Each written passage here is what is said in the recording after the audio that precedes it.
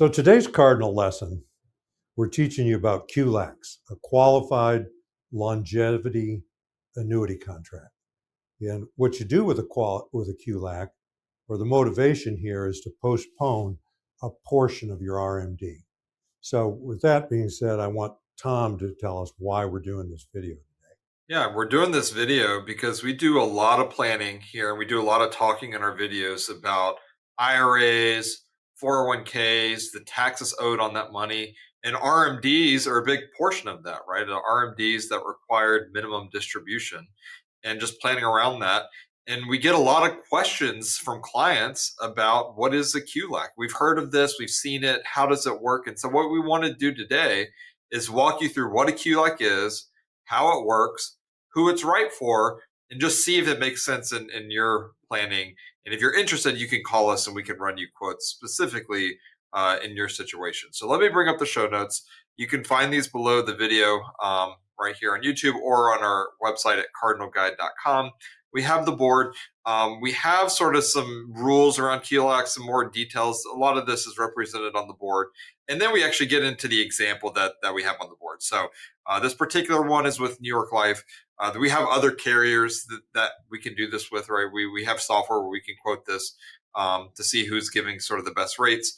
Again, we'll get into the details as we go through the board here. But if you want more information, more details on this, print it out, take a look at it.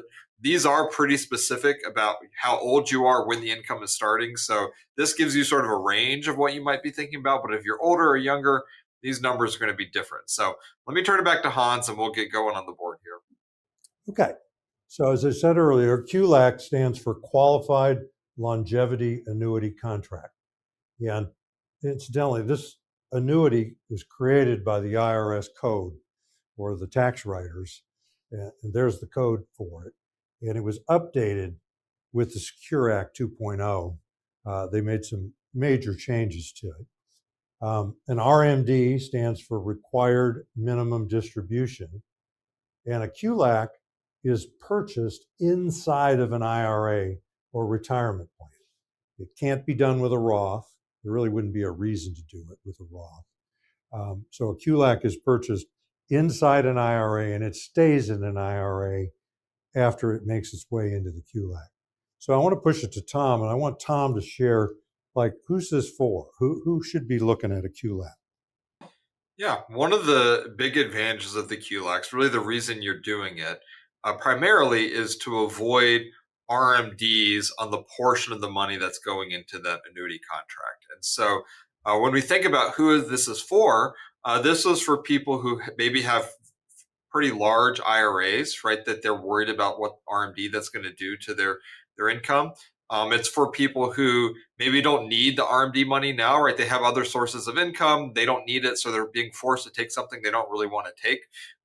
Is for people who are really concerned about maybe inflation, right? The cost of things go up. If we can set some money aside here that's going to start at a much future date to help bring in some extra income to offset some of that risk, those would be sort of ideal clients to consider something like this.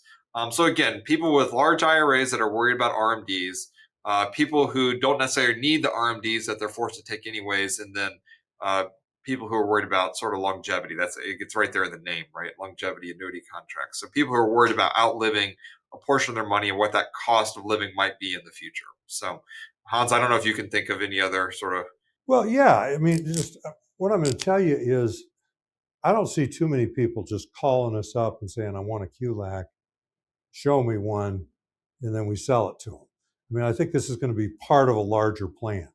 And most of these that we do write for people, we're taking all their money in a financial plan and we're allocating it all to income now, income later, part invested at high risk or higher risk, part invested very conservatively, and usually throwing some of it into an annuity that's going to start maybe at RMDs. And then the QLAC gives us an inflation answer. It's a way to lessen RMDs. So what I'm going to just add is a QLAC for us here at Cardinal is part of a larger plan, and it's only appropriate for some people. So we're going to kind of check the income box. So it's income in the future, that you can't outlive. So you're going to set up, like you'll see that in the example, that you're going to take some of your IRA money, postpone taxes on it till you have a very advanced age.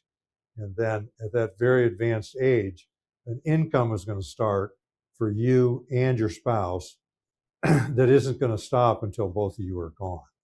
So there's money inside the QLAC is excluded from the RMD calculation. That's the motivation, is that you can take $210,000 of your IRA money now, and in our example, the guy is 62. I mean, he's going to be 13 years before he even starts RMDs, and if in those 13 years, this 210,000, if it's just left invested, could very well be 400,000 or 500,000. So this has taken those RMDs for that piece off the table at an unknown amount and pushing them way out, and then buying him some longevity insurance. The QLAC maximum in 2026 is 210 grand. The income must begin by age 85. That's the latest you can push it out, but you can start it earlier, and you have to make this decision at the time of purchase. The spouse can be included. So in other words, if your spouse outlives you, the income doesn't stop if you include him or her. And the spouse can be included at 100%, 75%, or 50% of the primary IRA owners. Most of these that we write, and in this example, are the 100% inclusion of the spouse. And I already went over the tax code. So Tom, why don't you share with them the example? Yeah, I'm actually going to bring back up the show notes. All these numbers are supported on the board here, but I think it does a pretty good job. And like I said earlier, this is with New York Life. This is only one of many carriers that offer the QLACs that we can quote here. We've put in the ages, right? So again, these are very specific to the quote, and these particular set of clients are in Maryland. But again, if you're in a different state, we can quote it really all over. We're in all 50 states and DC, so we can help you. But again, as a 62-year-old male, a 59-year-old female, we're putting the 210. That 210 is per person, right? And so in this example, the husband is the one that has the IRA that we're looking at doing this with. But if the wife had her own IRA money, she could also purchase something like this as well. But again, we set this up to be a joint payout, meaning if either spouse dies, that check is going to continue on into the future. We started the quote at his age 80 in this example. Like Hans mentioned, 85 is the latest. In the example, the monthly income up here, 4,000 a month. If you waited to 85, it'd be closer to 6,800 a month. But you're waiting 5 years to get that. So again, that's something we can play around with as we're building out the plan. But you purchase it now, you set it aside, and it creates 4,000 a month or 48,000 a year in the future when you start the income. You'll notice in the example, right? So this is a partial year, right? Because the first year he starts it, they use the younger age on this. So this is the wife's age here. But the first year, there's only a partial year. And then the first full year would be 19 years in, 48,000, 449. And then that's guaranteed forever, right? It's for as long as either one of them is alive, that will be paid out.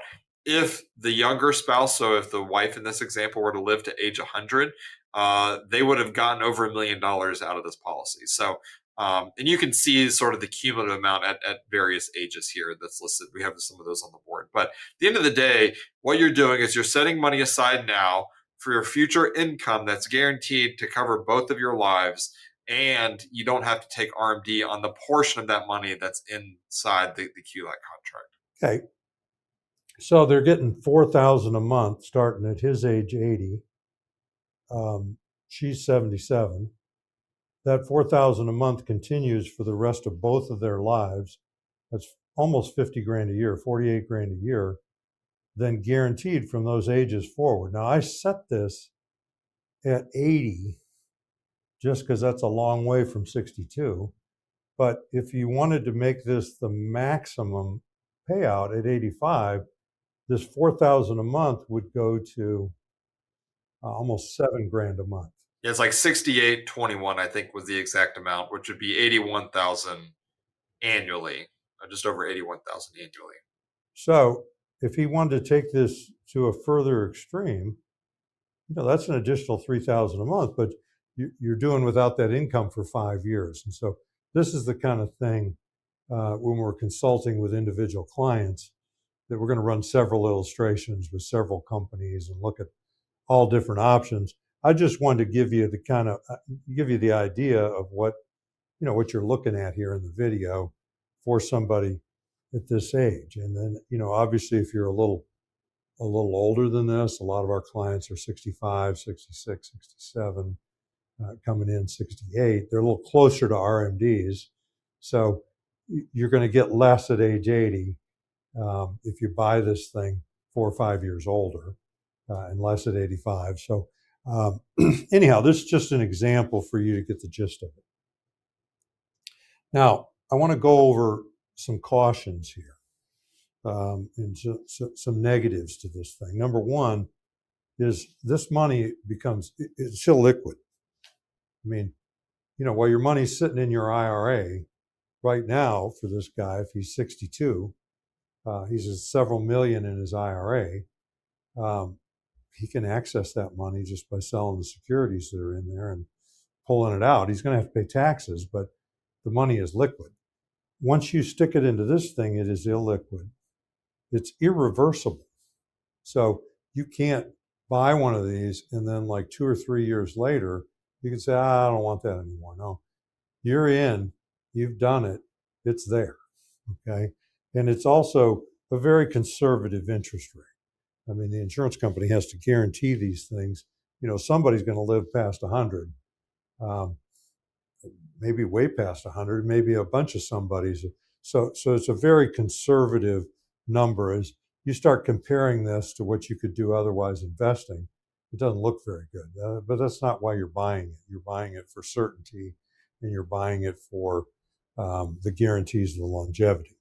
Now, on the positive, I mean, this prepares your whole financial plan for longevity risk and inflation risk. That's where we use them, is when we're doing a plan for people this age, and we're preparing, for long-term care, and we're getting ready for RMDs. We're creating their income. We're looking at how much is left in their estate. This is a tax move. So this is a piece of a larger puzzle that is going to focus on longevity risk. One of you, two of you, or both of you might live a long time and possibly outlive your money. And this is going to be good for that. And inflation. Protection for your spouse. I mean, so maybe your spouse survives you. Maybe you don't even make it to the point of starting this, but then your spouse starts it, and he or she lives to a ripe old age. It's protection for that. It reduces RMD pressure. So that's the main motivation that gets people in, is they want to have a smaller RMD when they reach 73 or 75.